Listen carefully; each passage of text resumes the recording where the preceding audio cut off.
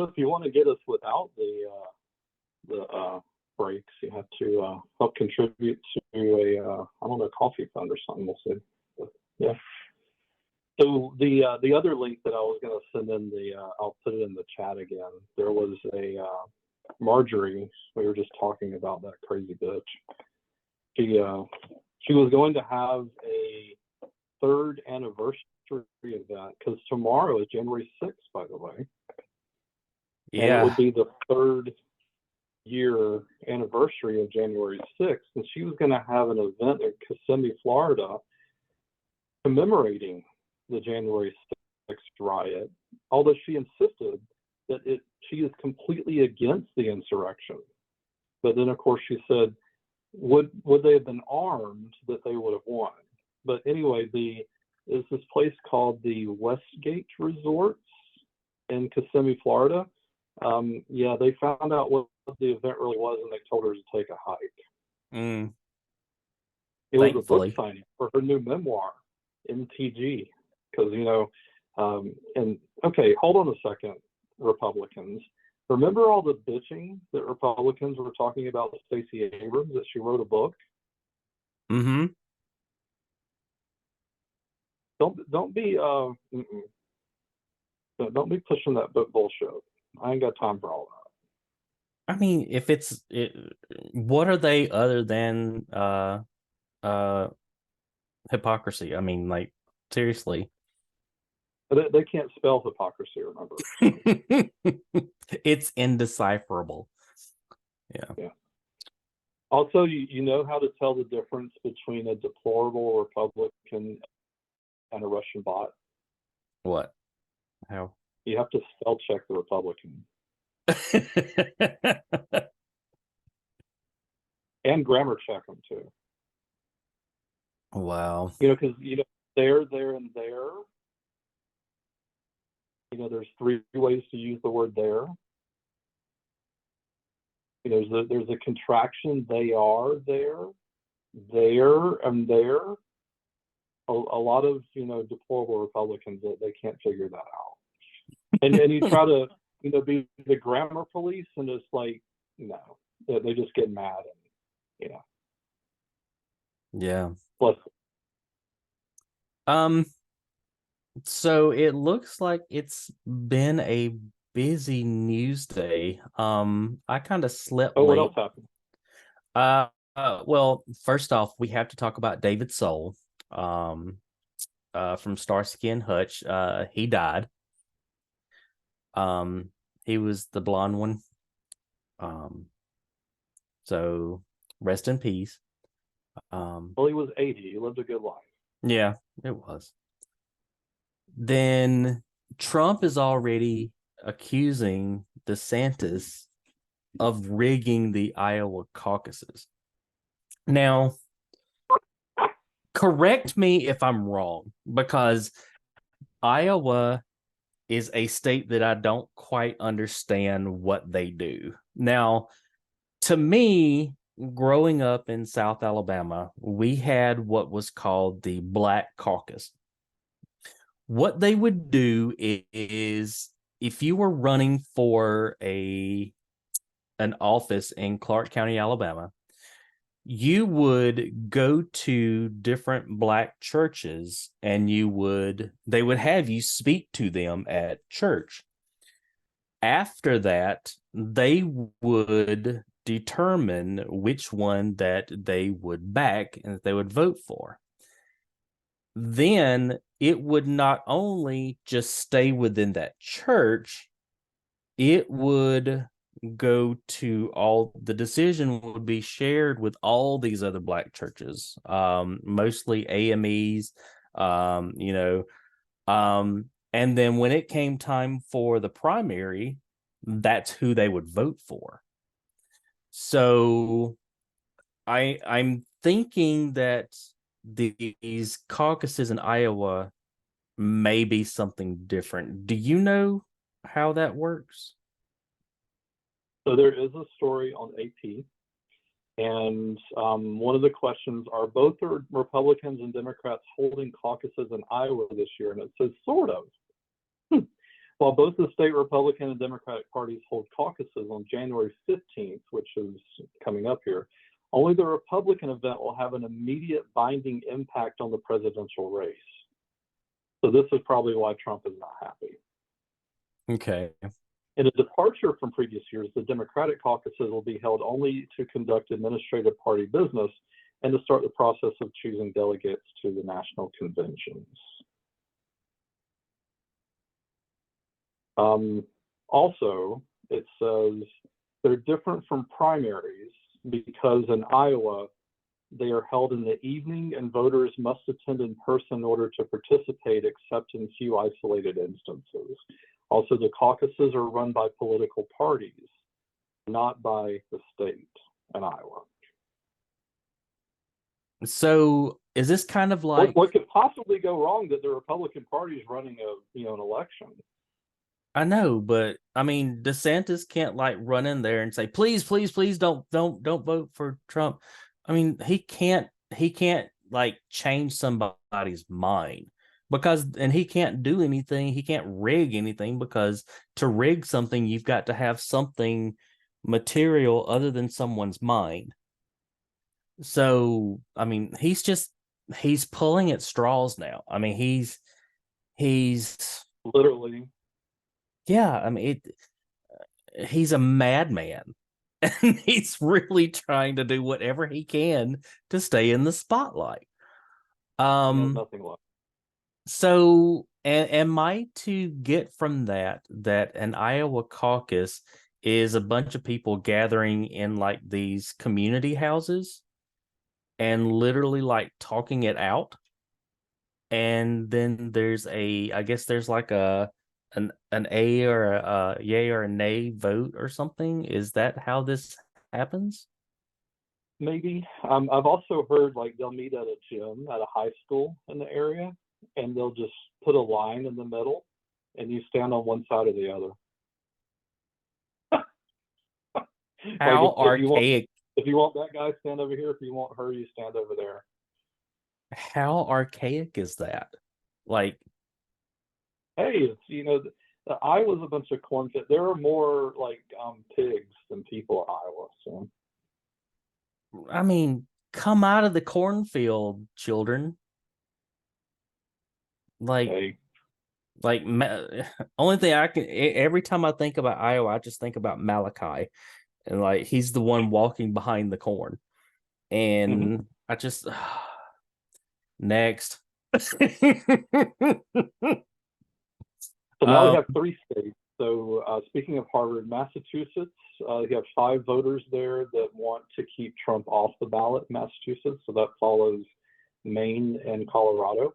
And, and the Supreme Court is supposed to weigh in on this. We'll see if they do that. But I'm sorry, Supreme Court, you pulled this whole bullshit wrench with Roe v. Wade because of states' rights. You should stay on the same track here with states' rights. If all the states decide to keep him off the ballot, I think should, I think you and I have had this discussion before, but I am not a states' rights person. I have never been a states' rights person.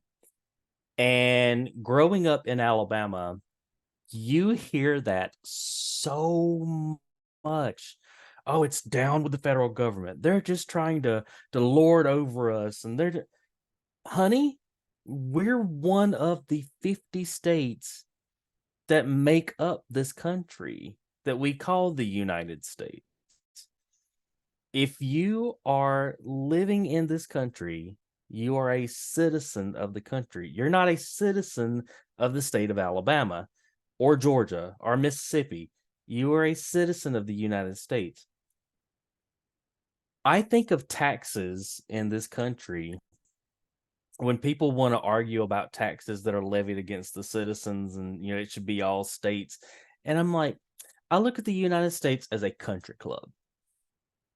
If you want to be a member of the country club and you want to play the tennis and you want to play the golf and you want to get, go to the restaurant at the club, if you want a spa day, you have to pay a membership fee for this country club. If you don't, then you're not a member of it. That's how I look at taxes. Those are our dues to live here. We have to have a governing body that is going to hold all of these 50 states together. If we didn't, Texas would have already been out of the country years ago. You know, there's a reason why we're 50 states together now.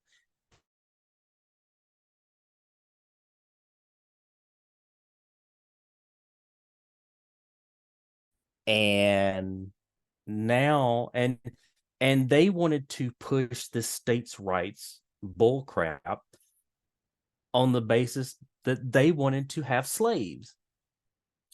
Who was just asked, was it Nikki Haley that was just asked something about the Civil War recently, if she thought that it was because of slavery, and she said she didn't think so, and then she had to go back and redact that and say yes it was. Well, yes, you dumb idiot, it was because of slavery. It was about Missouri. The South wanted Missouri to be a slaveholding state because if it wasn't, it would have offset the number of states that were free states and slave states. That they wanted it to be a slave state so that the majority of states at that time were slaveholding states. And no, and so as soon as they made Missouri a state and that it wasn't a slaveholding state, who was it? South Carolina was the first one that that left. I don't Yeah, I don't the people when they shot the cannon, right? Fort Sumter, was it right? Yeah. I hate the idea of states' rights. If it has something to do with a university in a state, sure. It's part of the state board of education. I think Georgia has a board of regents, you know, great. But when it comes to something that affects every single person in this republic, that should be made, that should be settled in DC. That's the whole reason why we have it. And I know people will fight to their death uh, to take up for states' rights. Literally. But I think it's absolutely stupid. I think there was an issue quite a few years ago, and it still may be, that that you could be allowed to do one thing in a state, but if you crossed over the state line, it was considered illegal. Oh, abortion. Well, don't we have something in our constitution or something in our government that basically makes it like marriage? If you're married in one state, you can't go to Alabama and they say, "Oh no, you're not married." Well, yeah, I am, and it's binding. Don't we have something? That's a good point. But I guess with abortion, that's more like an event that doesn't like stay with you. So I guess that's kind of different. And I'm not a lawyer. I don't try to be one on the podcast, but I could see how that's argued differently. But I do know, as you mentioned, that both with education and with marriages, those have been argued through the decades, and Yeah. for sure. Also, the whole insurrection thing, all those arguments that are going on, and the statutes that are in place to remove crazy Trumpsters off the ballot, all that was done around the Civil War. Mm-hmm. The crazy Confederate people off the ballot so that we didn't have this bullshit again. Yep. There is a channel on YouTube where this guy, he's a lawyer, Legal Eagle, and he was talking about I think it's section 3 of the 14th Amendment that everybody is just all up in arms about. And yeah, and it's like, what does it say? We the majority of us speak English. We can read the what does section 3 say? And it says if you are a member that or if you're someone who was involved in an insurrection and you were either a congressman or a representative or president or vice president, if you were involved in an insurrection, you could not hold office. The ones that so the plaintiffs, let me get this right. Who are the plaintiffs in this whole thing? The plaintiffs are the ones that are trying to keep Trump. It is different. Everything that I understand about this in Maine, because I heard the Maine Secretary of State, because it was more of a procedural thing. Mm-hmm. Out west in Colorado, it was the state Supreme Court. But because the case made it there through the other courts. Mm-hmm. And then in Massachusetts, what I'm reading is that it was 5 voters in Massachusetts that actually pushed the issue there. So it is different from state to state. That, the electoral college is still a thing, and every state sends those electoral college members, and most of them use the same formula, but there are some minor differences.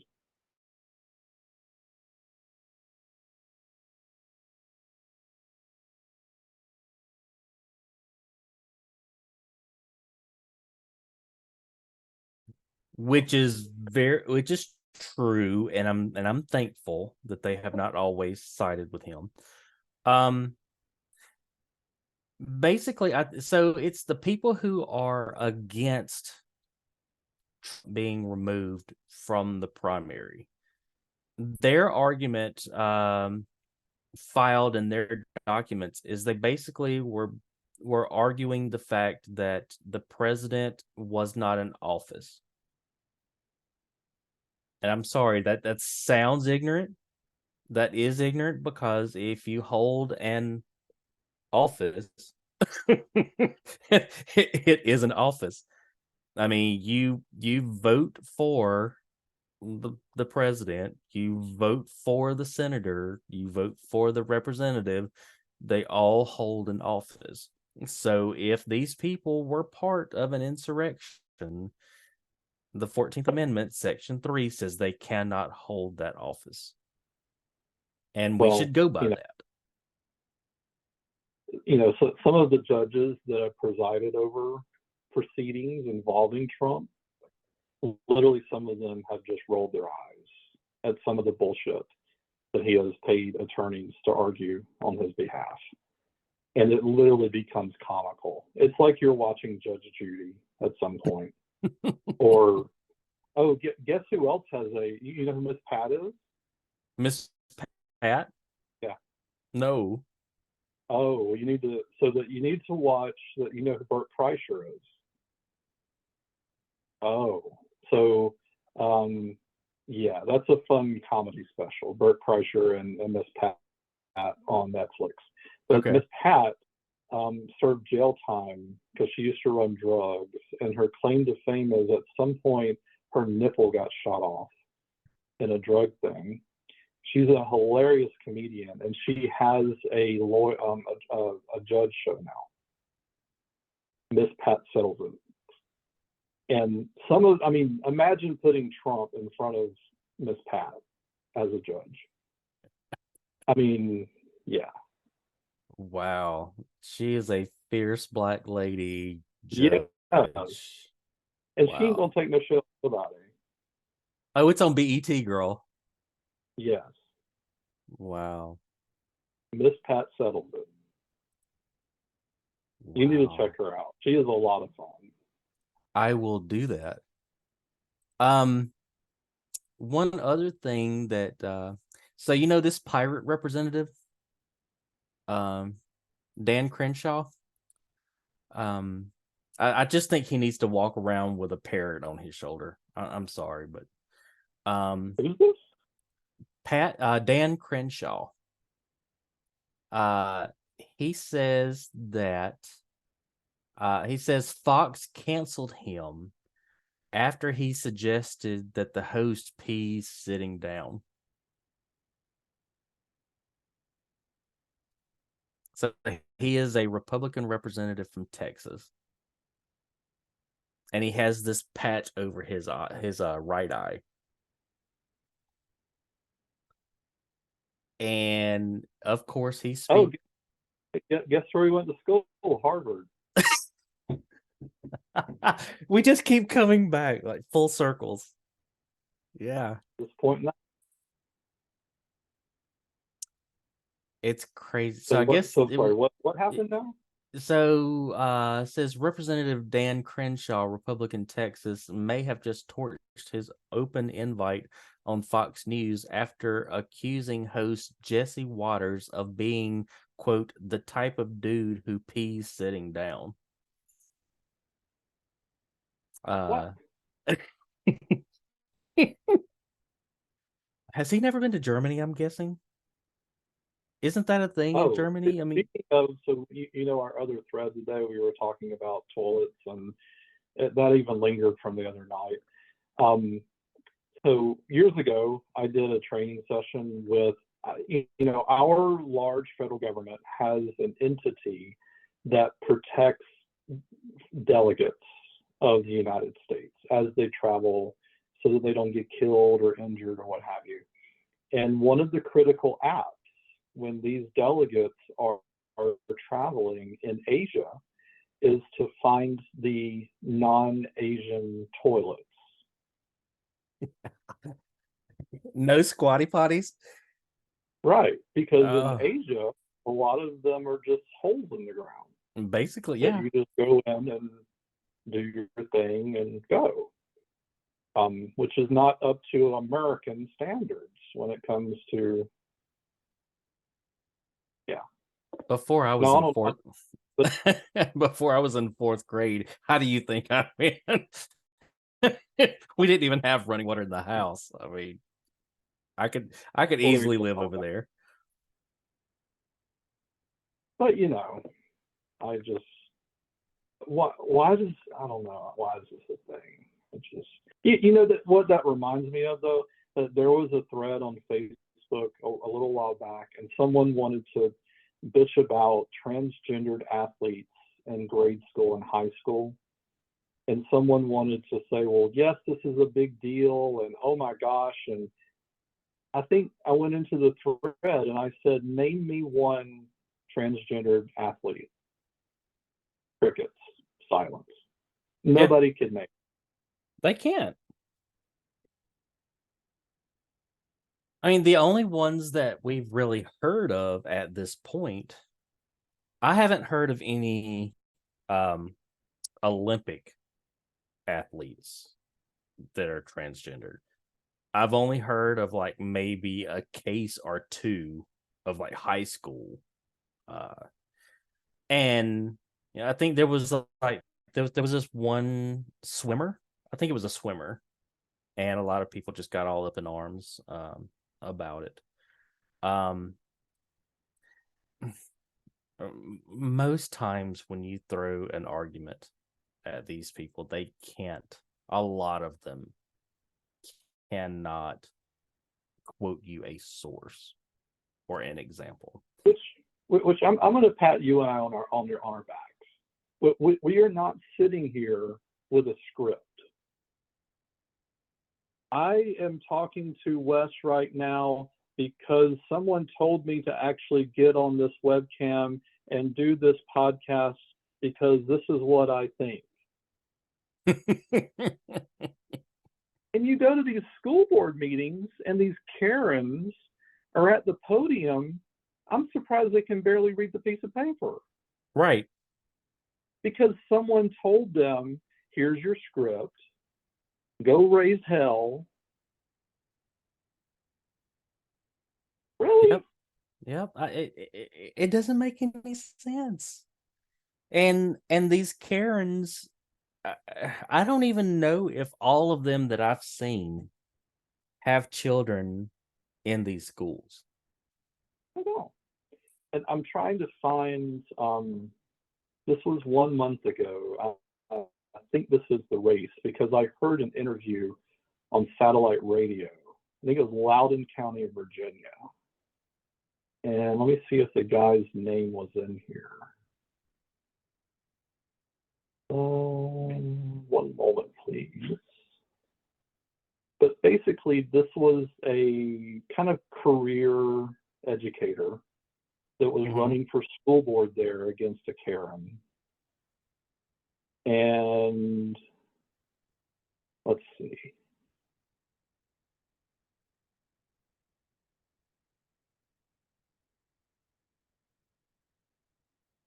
Maybe, maybe not. But at least it looks like liberals won a majority in Battleground Virginia school board race. So it looks like our people won. But, you know, again, kudos. I had a coworker recently that had a kid. These people are braver souls than I, going out and have kids and raising kids in this environment. How did you and I end up like we did? I don't know how these kids are going to navigate all this bullshit. I don't know. I just know that when I turned 18 and I had the opportunity to get out of my parents' house, I left. There was no question that I was going to leave. Did I have to work my behind off to get a scholarship to West Alabama? Yes. I completely changed my mind and my look at education in the 8th grade, and I did not stop until I graduated. When I got the opportunity with an ex to move to Atlanta, I thought, even if I finish, which I didn't, even if I finish, am I going to be able to go back home and make anything? No. And so I said, yep, let's go. And I have not looked back. And so a lot of kids these days, and I had a very deep discussion with an ex coworker about this. Her and her husband have 3 children, and the youngest one is still living at home. And I'm like, why? He should literally be like doing everything possible to get out of the house. Especially in his circumstance, since he's a sister. And he also a lot of kids these days are not wanting to get their driver's license. Why? That should, when you turn 16, if your state allows you to get your driver's license at 16, you should be knocking down the door to have your driver's test, get your license. So devil's advocate to that. You and I did not have the internet like it is today. It's not as pervasive. It's different. It's not a totally different world, though. I mean, there's still the same things that we dealt with, maybe, and sometimes even worse. But you see it with, I know I've seen it with some of my friends. Like, for example, I'll just throw it out there. You may reach out to someone, what are you doing tonight or this weekend? And you don't get her, let's say you sent that message around 3 p.m. Crickets. And you don't get a response until about 7 or 8 p.m. Maybe even 9 p.m. Oh, well, I'm down at such and such. Where are you? Because you've now become, well, you started out as option G, and now you've become option C or B. Mm-hmm. Do you see where I'm going with this? And by the way, we've got another 10-minute warning coming up, so we may wrap it up as the last topic here. Okay.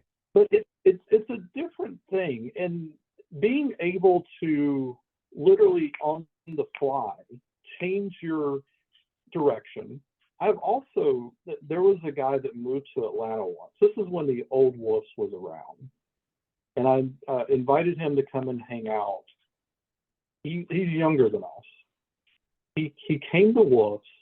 He came inside the front door and literally started barraging me with texts. Where are you? Are you here? I can't believe you stood me. I came here. I got an Uber and everything. I'm like, did you walk inside of the bar, come across to the other side of the bar, and finally see that we were here? This whole thing of instant, no patience for anything. Yeah.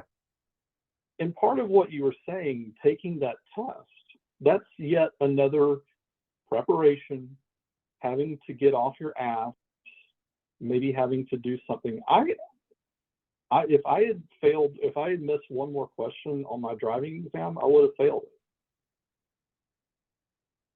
Wow.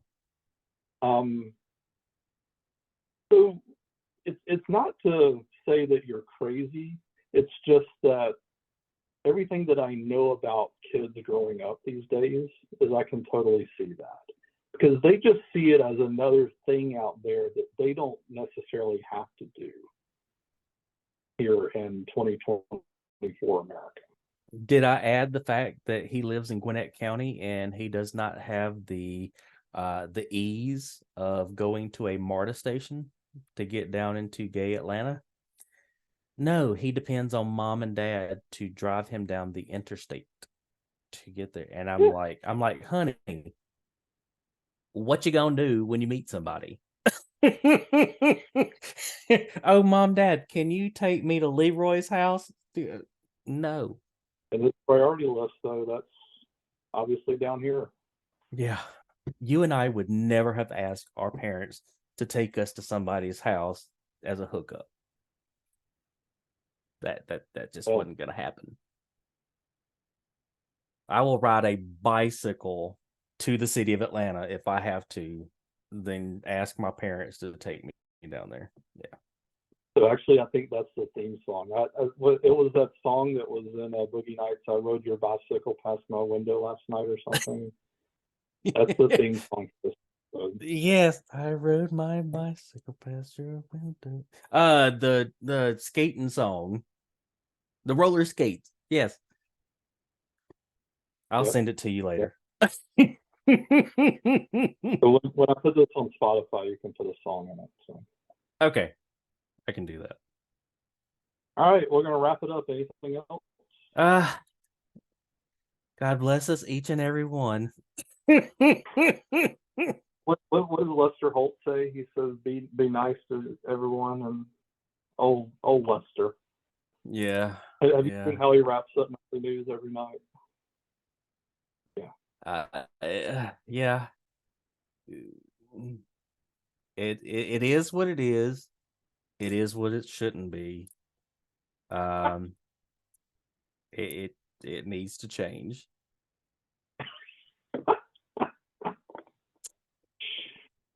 Yep. All right. Well, have a good weekend. You do the same, babe. Thank you so much. Talk to you later. All right. Bye.